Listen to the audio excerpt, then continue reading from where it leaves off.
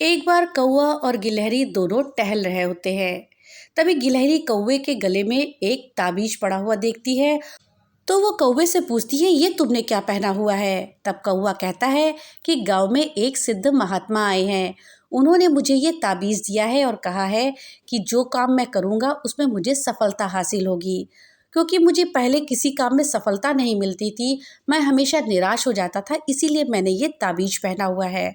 और देखो, ये 2 अंगूठियाँ भी उन्होंने दी है, इनको भी मैं पहनूंगा जिससे कि मैं हमेशा सफलता के मार्ग पर चलूँगा। तो गिलहरी कहती है, अरे ये ताबीज़ से कुछ नहीं होता और न ही इन अंगूठियों से कुछ होता है। तुम्हें अपने काम पे विश्वास रखना होगा। तुम कोई भी काम करो, उसको विश्वास के साथ करो, तभी तुम्हें सफलता मिलेगी। इस बात को समझाने के लिए मैं तुम्हें एक चमत्कारी ताबीज की कहानी सुनाती हूँ, इसे ध्यान से सुनना। एक गांव में विनोद नाम का एक लड़का रहता था। वो बहुत ही मेहनती था, पर हमेशा अपने मन में एक शंका लिए रहता था कि वो अपने कार्य क्षेत्र में सफल होगा या नहीं। कभी कभी वो इस चिंता के कारण आवेश में आ जाता और दूसरों पर क्रोधित भी हो जाता। एक दिन उसके गांव में एक प्रसिद्ध महात्मा जी आए।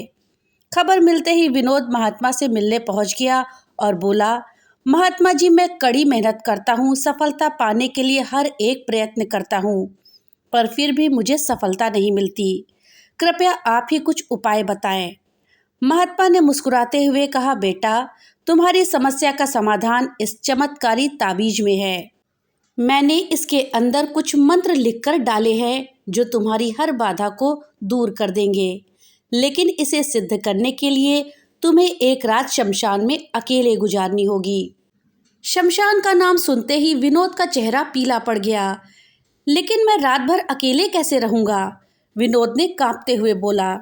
घबराओ मत, ये कोई मामूली ताबीज नहीं है, ये हर संकट से तुम्हें बचाएगा, महात्मा ने समझाया।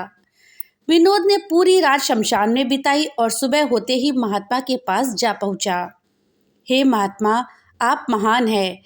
सचमुच ये ताबीज दिव्य है, वरना मेरे जैसे डरपोक व्यक्ति का रात बिताना तो दूर, शमशान के करीब भी नहीं मैं जा सकता था। निश्चय ही अब मैं सफलता प्राप्त कर सकता हूँ। इस घटना के बाद विनोद बिल्कुल बदल गया। अब वो जो भी करता उसे विश्वास होता कि ताबीज की शक्ति के कारण वह उसमें सफल होगा। और धीरे धीरे यही हुआ भी। वो गांव के सबसे सफल लोगों में गिना जाने लगा। इस वाक्य के करीबन 1 साल बाद फिर वही महात्मा गांव में पधारे। विनोद तुरंत उनके दर्शन को गया और उनके दिए चमत्कारी ताबीज का गुणगान करने लगा। तब महात्मा बोले, बेटा, जरा अपनी ताबीज निकाल कर देना। उन्होंने ताबीज हाथ में लिया और उसे खोला। उसे खोलते ही विनोद के होश उड़ गए जब उसने देखा कि ताबीज के अंदर कोई मंत्र वंत्र नहीं लिखा हुआ था, वह तो धातु का एक टुकड़ा मात्र था। विनोद बोला, ये क्या महात्मा, ये तो एक मामूली ताबीज है, फिर इसने मुझे सफलता कैसे दिलाई? महात्मा ने समझाते हुए कहा, सही कहा तुमने, तुम्हें सफलता इस ताबीज ने नहीं बल्कि तुम्हारे विश्वास की शक्ति ने दिलाई है। बेटा, हम मनुष्यों को भगवान ने एक विशेष शक्ति देकर यहाँ भेजा है, वो है विश्वास की शक्ति। तुम अपने कार्य क्षेत्र में इसलिए सफल नहीं हो पा रहे थे क्योंकि तुम्हें खुद पर यकीन नहीं था, खुद पर विश्वास नहीं था। लेकिन जब इस ताबीज की वजह से तुम्हारे अंदर वो विश्वास पैदा हो गया तो तुम सफल होते चले गए। इसलिए जाओ, किसी ताबीज पर यकीन करने की बजाय अपने कर्म पर और अपने लिए निर्णय पर विश्वास करना सीखो। इस बात को समझो कि जो हो रहा है वो अच्छे के लिए हो रहा है और निश्चय ही तुम सफलता के शीर्ष पर पहुंच जाओगे। विनोद महात्मा की बात को गंभीरता से सुन रहा था और उसे आज एक बहुत बड़ी सीख मिली थी कि अगर उसे किसी भी क्षेत्र में सफल होना है तो उसे अपने प्रयत्नों पर विश्वास करना होगा। यदि वह खुद पर विश्वास कर लेता है तो उसकी सफलता का प्रतिशत हमेशा बढ़ता जाएगा। गिलहरी ने कौवे को कहा, सफलता का संबंध सीधा आपके अंदर के विश्वास से होता है। यदि आप खुद पर यकीन रखते हैं तो आपको हाथों में अलग अलग पत्थरों के अंगूठियां पहनने की जरूरत नहीं है, माला या ताबीज के साथ की जरूरत नहीं है। बस मन में ये विश्वास होना जरूरी है कि आप अगर कर सकते हैं तो सफल हो सकते हैं और आप सफल हो जाएंगे। चलो अब मैं तुम्हें एक दूसरी कहानी सुनाती हूँ, इसे ध्यान से सुनना। एक भक्त था, वो परमात्मा को बहुत मानता था, बड़े प्रेम और भाव से उनकी सेवा करता था। एक दिन भगवान से कहने लगा कि मैं आपकी इतनी भक्ति करता हूँ पर आज तक मुझे आपकी अनुभूति नहीं हुई है। मैं चाहता हूँ कि आप भले ही मुझे दर्शन न दे, पर ऐसा कुछ कीजिए कि मुझे अनुभव हो जाए कि आप हैं। भगवान ने कहा, ठीक है, तुम रोज सुबह समुद्र के किनारे सैर पर जाते हो। जब तुम रेत पर चलोगे तो तुम्हारे 2 पैरों की जगह 4 पैर दिखाई देंगे।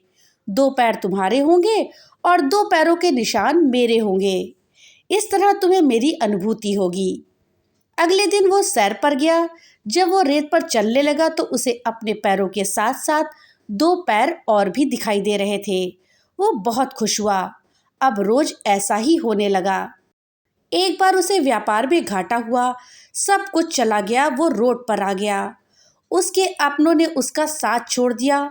देखो, यही इस दुनिया की समस्या है, मुसीबत में सब साथ छोड़ देते हैं। अब वो सैर पर गया तो उसे 4 पैरों की जगह 2 पैर ही दिखाई दिए। उसे बड़ा आश्चर्य हुआ कि बुरे वक्त में भगवान ने भी साथ छोड़ दिया। धीरे धीरे सब कुछ ठीक होने लगा। फिर सब लोग उसके पास वापस आने लगे। एक दिन जब वो सैर पर गया तो उसने देखा कि 4 पैर वापस से दिखाई देने लगे। उससे अब रहा नहीं गया। वो बोला, भगवान, जब मेरा बुरा वक्त था तब सबने मेरा साथ छोड़ा तो तुमने भी मेरा साथ छोड़ दिया। मुझे इस बात का गम नहीं था, क्योंकि इस दुनिया में ऐसा ही होता है, सब साथ छोड़ देते हैं। पर आपने उस समय मेरा साथ छोड़ दिया, ऐसा क्यों किया? भगवान ने कहा, तुमने ये कैसे सोच लिया कि मैं तुम्हारा साथ छोड़ दूंगा? तुम्हारे बुरे वक्त में जो रेत पर तुमने 2 पैरों के निशान देखे, वो तुम्हारे पैरों के नहीं बल्कि मेरे पैरों के थे। उस समय मैं तुम्हें गोद में उठाकर चलता था, और आज जब तुम्हारा बुरा वक्त खत्म हो गया तो मैंने तुम्हें नीचे उतार दिया है। इसलिए तुम्हें फिर से 4 पैर दिखाई दे रहे हैं। इस कहानी से हमें ये सीख मिलती है कि जब हमारा बुरा वक्त आता है तो चाहे कोई भी हमारा साथ छोड़ दे, लेकिन भगवान कभी भी हमारा साथ नहीं छोड़ते हैं। वो बुरे वक्त में भी हमारे साथ रहते हैं और हमें सहारा देते हैं। कहानी अगर अच्छी लगी हो तो वीडियो को लाइक और ज़्यादा से ज़्यादा शेयर करिएगा। और हाँ, अगर चैनल पे नए आए हैं तो चैनल को सब्सक्राइब करना मत भूलिएगा। और अपने विचार हमें कमेंट बॉक्स में लिख करके ज़रूर बताइएगा। तो मिलते हैं अगली एक नई कहानी के साथ। तब तक के लिए बाय बाय।